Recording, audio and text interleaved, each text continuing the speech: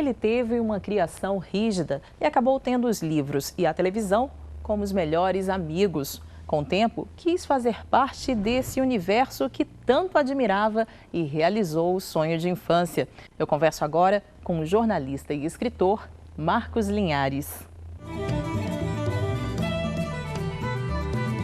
Marcos Linhares nasceu em São Luís do Maranhão, no ano de 1970. Foi professor e tradutor, mas hoje se dedica ao jornalismo e à literatura. Já tem 11 obras publicadas, com destaque para o livro Não Existe Crime Perfeito, finalista da premiação americana International Latin Book Awards.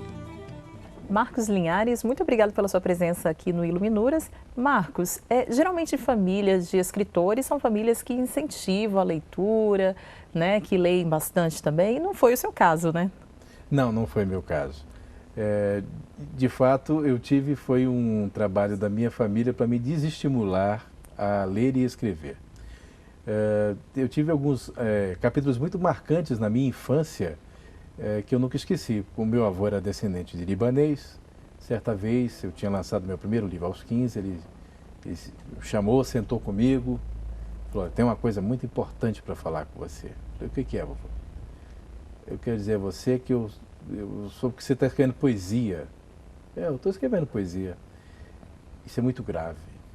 Poesia é muito grave. Muito grave. Poeta sofre muito. Poeta carrega a dor do mundo nas costas. E também poeta não é muito homem às vezes, né? Então, repensa essa história de ser poeta, viu? Um conselho que eu te dou. Poxa, obrigado. Fiquei calado, ouvi. E aí eu tive naquele dia a certeza que eu seria escritor. Porque, como eu sempre fui muito contestador, eu acho que funcionaria melhor uma psicologia reversa comigo do que, quanto mais se dissesse para não fazer, eu acho que mais eu faria. Eu sempre gostei muito de escrever e também tive outros capítulos interessantes, como certas vezes minha mãe revoltada, com minha quantidade muito grande de livros e a minha bagunça, que me acompanha até hoje. Eu fui para a escola e ela fez uma bela fogueira e queimou todos os meus livros no quintal. Então, hoje eu acho que eu já estou quase sendo expulso da minha casa também pelos meus livros, mas é uma coisa que me acompanha e que me acalenta desde então. Quando eu era muito pequeno, eu fui criado pela tia da minha mãe, e aí eu não tinha muitas amizades. Então eu fui criado trancado dentro de casa. E eu só tinha 2 companheiros, os livros e a televisão. E aí eu pensava, bem, um dia eu vou escrever livros para colocar nas estantes e vou trabalhar dentro dessa caixinha mágica. E graças a Deus, com os anos que se passaram, eu trabalhei nessa caixinha mágica chamada TV, fui repórter durante alguns bons anos de minha vida. Passei também pelo rádio, onde eu comecei, e consegui agregando aos pouquinhos os meus títulos às prateleiras. Hoje eu já tenho 11 livros lançados, tenho 22 escritos, ainda tenho muito para lançar e estou com muitos projetos pela frente. Como que foi esse processo, assim, do primeiro livro, desse aí que chamou a atenção do seu avô, que fez essa conversa franca, né? Olha, foram processos muito dolorosos, né? Durante os meus primeiros 5 livros de poesia, sempre foi tudo muito difícil. Então, eu falei, bem, vou fazer esse livro. Não tenho como. Vendi um carro e publiquei meu livro, paguei para uma gráfica e fui fazendo livros independentes durante vários anos, até que um belo dia eu abandonei a poesia, no ponto de vista de pensar em obra literária, e comecei a fazer prosa. Foi aí que eu acho que efetivamente começou a minha carreira de escritor. Eu acho que eu juntei o mistério de repórter, e nós como repórteres contamos boas histórias, pelo menos tentamos contar, dentro das limitações de tempo e espaço que nos é concedido, com a questão de que o mercado para prosa ele é muito mais promissor e aberto do que o mercado para poesia. Inclusive um prosador premiado, né? Um deles, este livro que já foi traduzido para o inglês, tem mais histórias que você vai me contar agora, o Crime in the Heart of Brazil, Não Existe Crime Perfeito, na versão em português. Esse livro foi um livro que, para mim, marcou a minha vida. Eu acho que se eu tivesse que situar a minha vida de escritor, eu situaria antes e depois desse livro. Esse foi um grande desafio que eu recebi de escrever uma biografia, e eu quis mudar ou subverter a ordem da biografia convencional. Eu me propus, eu aceitei fazer a biografia, mas eu falei, olha, eu não vou escrever uma biografia como se biografia fosse. Então, eu quero escrever uma biografia como se fosse uma ficção, mas que os fatos fossem tão marcantes de que pareceria ficção, mas eram só histórias verdadeiras. E é um livro de reportagem, porque 96% do livro é escrito entre aspas. Agora, a montagem dessas aspas é que vem a minha qualidade de escritor. Esse livro foi reescrito 23 vezes. Então, a cada vez eu ia cortando, fazia meu lado Dalton Trevisan, ia cortando coisas e, ao mesmo tempo, ia tentando e lendo sozinho em casa. E feito um maluco, porque uma boa técnica, aqueles que querem escrever, é ler o que escreveram em voz alta para ver a sonoridade e para ver a cadência e o ritmo que você está seguindo. Há várias armadilhas, há várias técnicas que a gente tem no texto. E dentro desse livro eu comecei a armar uma espécie de múltiplas armadilhas, e nessas armadilhas eu ia intercalando as histórias de modo não linear, só que chegou uma hora que eu não conseguia mais sair das próprias armadilhas que eu montei para o leitor. E foi muito difícil sair delas, mas eu consegui. Tive depressão, como é uma coisa normal quando a gente escreve e tal, porque como é uma arte a gente tem que lidar com esses momentos. E o Não Existe Crime Perfeito foi um livro muito interessante, que na primeira edição tinha o nome de Dossiê Bessa, e depois a gente chegou no... Tinha um crime não resolvido, e eu não podia colocar Não Existe Crime Perfeito porque tinha um crime que estava em aberto. Mas com a saída do livro, eu tive a grande surpresa de que o meu livro ajudou, de certa forma, ao Ministério Público do Distrito Federal a conseguir fazer que uma pessoa que assassinou uma menina em Brasília fosse levada aos tribunais na Alemanha.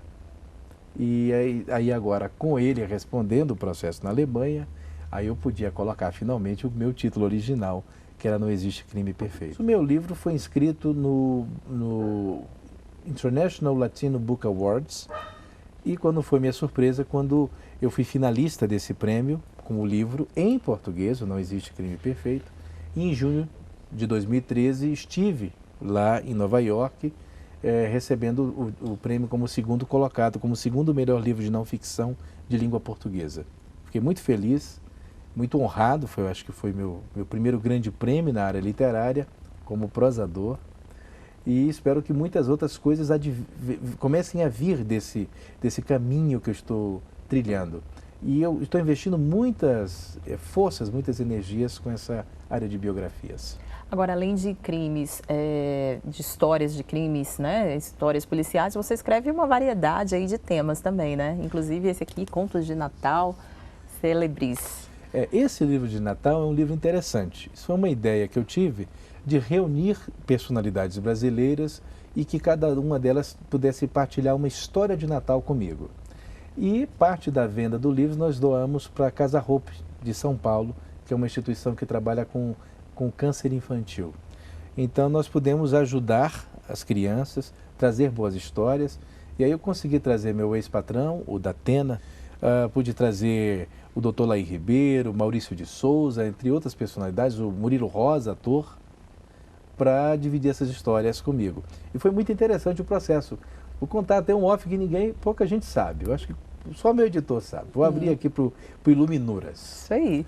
Não vou dizer o nome do santo, mas algumas dessas personalidades não tinham tempo para escrever as suas histórias.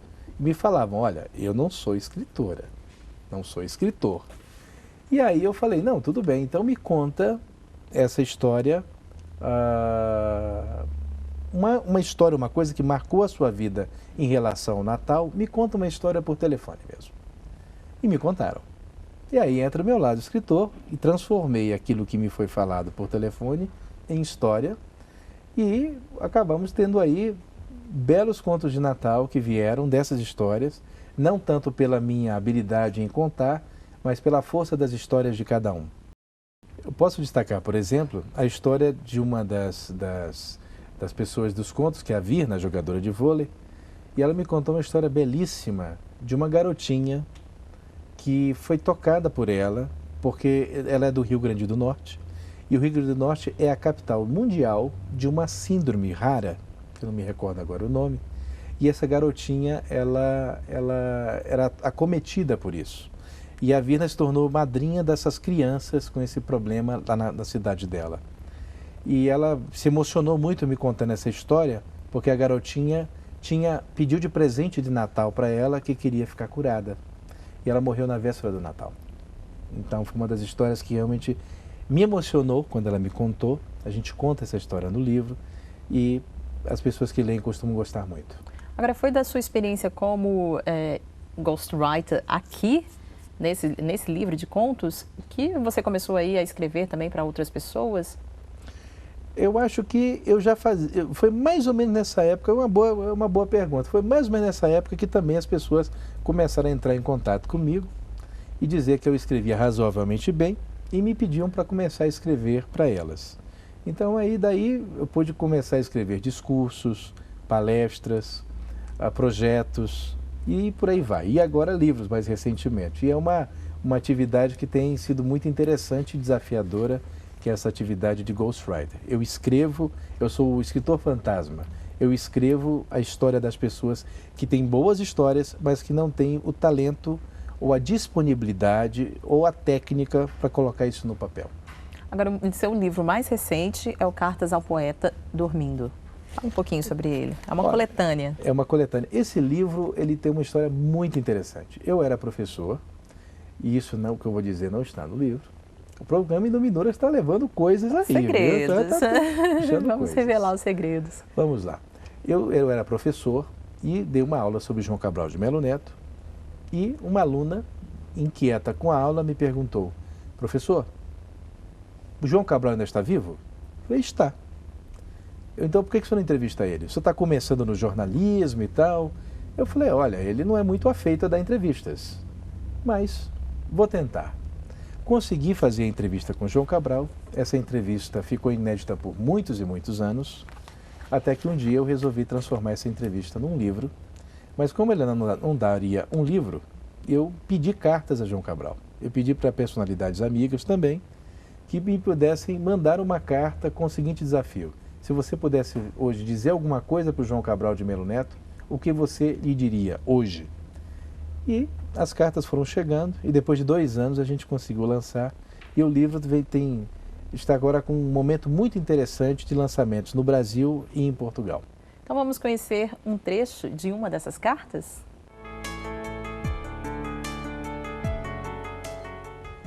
Tia, a senhora sabe o que faz um pedreiro? Pedreiro é o profissional que trabalha na construção civil.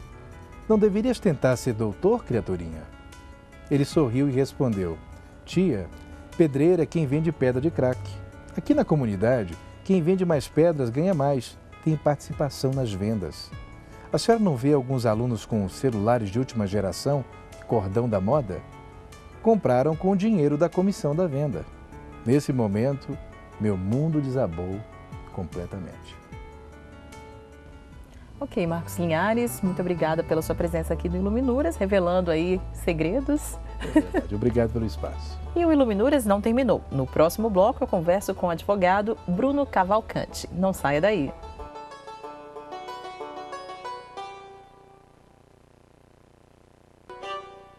Ele seguiu os passos do avô e do pai, tanto na opção pelo direito como carreira, como também no gosto pela literatura. Eu converso agora com o advogado Bruno Cavalcante. Bruno, primeiramente, muito obrigado pela sua presença aqui conosco. Eu que agradeço. Você seria um exemplo aí de que bons hábitos, no caso a leitura, se adquire de berço, né? Na verdade, é isso mesmo, Érica.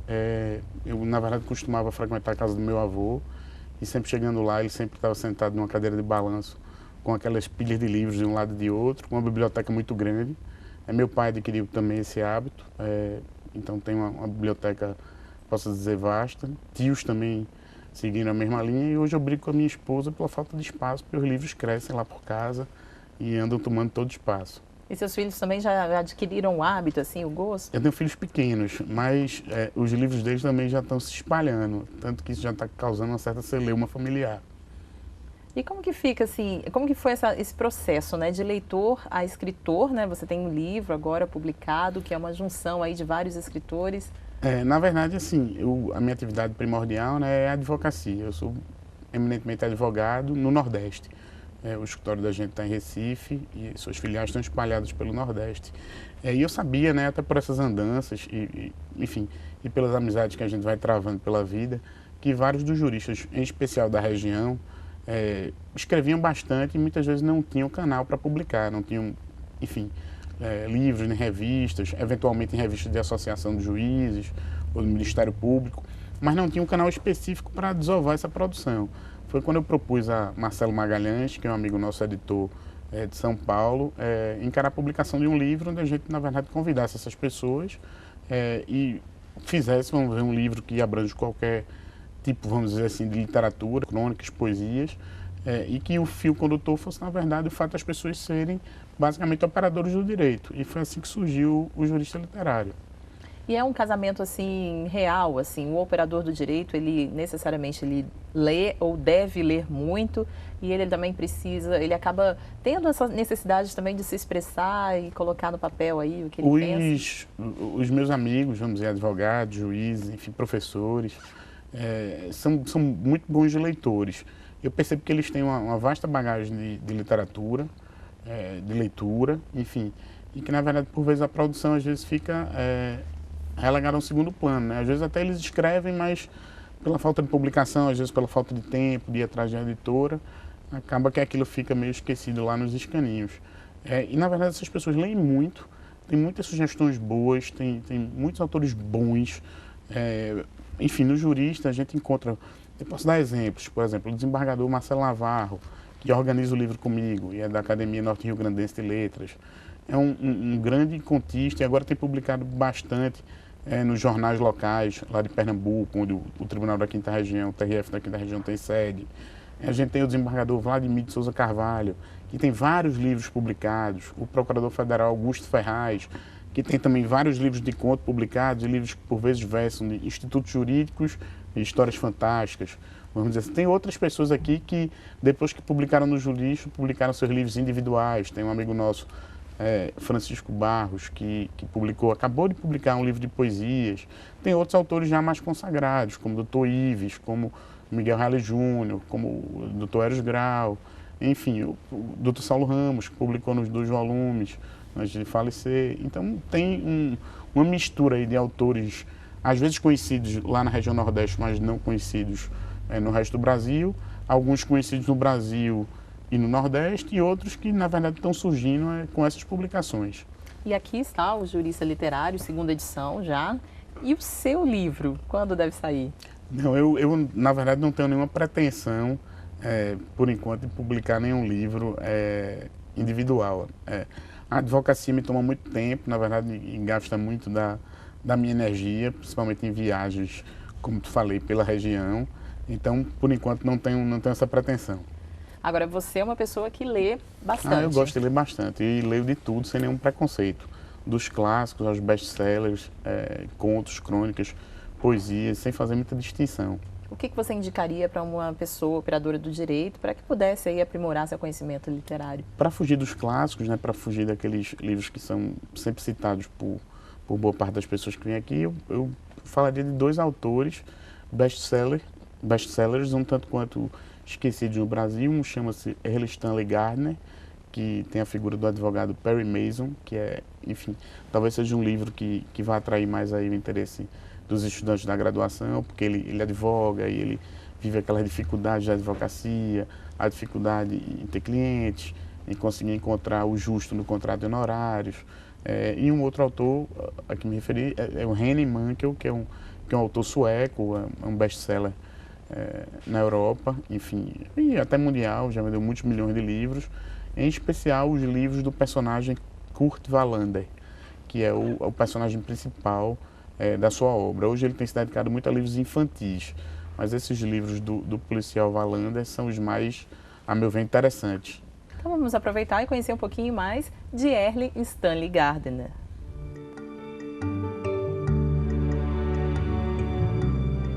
Earl Stanley Gardner foi escritor e advogado norte-americano. Quando criança, acompanhou o pai em aventuras à procura de ouro. E foram essas viagens que levaram Gardner a escrever o livro Gold Comes in Bricks. O sonho do pai de Gardner era que seu filho fosse advogado. O futuro autor passou então a viajar por boa parte da Califórnia, lendo sobre direito e leis penais. Aproveitou-se das horas vagas para escrever. Gardner passou então a ter uma carreira dupla, advogado durante o dia e escritor durante a noite. O objetivo era escrever 100.000 palavras por mês. As histórias iam desde romances policiais até ficção científica. Você, como advogado, pode perceber, pode contar algum fato aí que aconteceu com você, que dá para perceber essa importância da literatura na vida do advogado? Olha, tem algumas coisas engraçadas que eu já vi. Eu já vi, por exemplo, lá na região, petições em forma de poesia, memoriais aos desembargadores em forma de poesia. E um fato também engraçado, acho que comentei que soube há pouco, é que na verdade os irmãos Green, né, contistas famosos, na verdade foram os dois alunos do professor renomado Savigny, e que eles teriam conhecido as fábulas que deram origem aos livros, como Branca de Neve, enfim, na biblioteca do professor. Então você vê aí uma relação bem próxima entre direito e literatura em autores que são clássicos. E qual que é a diferença do Jurista Literário 2, né, o segundo volume, para o primeiro? A ideia, né, quando a gente organizou esse livro, é que ele, na verdade, se tornasse uma série. Então, fizemos o primeiro, com um número menor de autores, para ver a receptividade, e a coisa correu bem. Na hora em que o primeiro sai, eu acho que todo mundo acredita que o segundo vai também sair. E aí a gente teve um aporte, vamos dizer, de textos bem maior, né, fizemos uma seleção maior e publicamos o segundo volume. Atualmente a gente está organizando para publicar no primeiro semestre do ano que vem o volume 3, que também vai na mesma linha, autores diversos, contos, crônicas e poesias. Você já fez a coletânea? A gente, na verdade, está recebendo os textos. A gente já recebeu alguns, já recebeu algumas poesias, algumas crônicas, alguns contos também, mas a gente não chegou a um número que a gente acha que... A gente, na verdade, está querendo agora um volume mais robusto, né? Essas primeiras edições eram um pouco menores, a gente espera que esse terceiro venha com um volume maior. Então, estamos esperando, como as pessoas todas, né? Tem outras atividades, são juízes, advogados, enfim. Então, às vezes fica difícil realmente parar para escrever textos, vamos dizer, por divertimento, enfim. E aí a gente está agora colhendo isso aí para poder publicar, editorar e publicar no ano que vem. Então, fica a dica aí para os advogados, quem quiser, juristas, entrarem em contato com o senhor. Ou, se vocês puderem, o meu e-mail é brunocavalcante@queiroscavalcante.adv.br. Se puderem me mandar os textos, eu vou agradecer demais. Bruno, muito obrigado pela sua presença aqui conosco. Eu é que agradeço.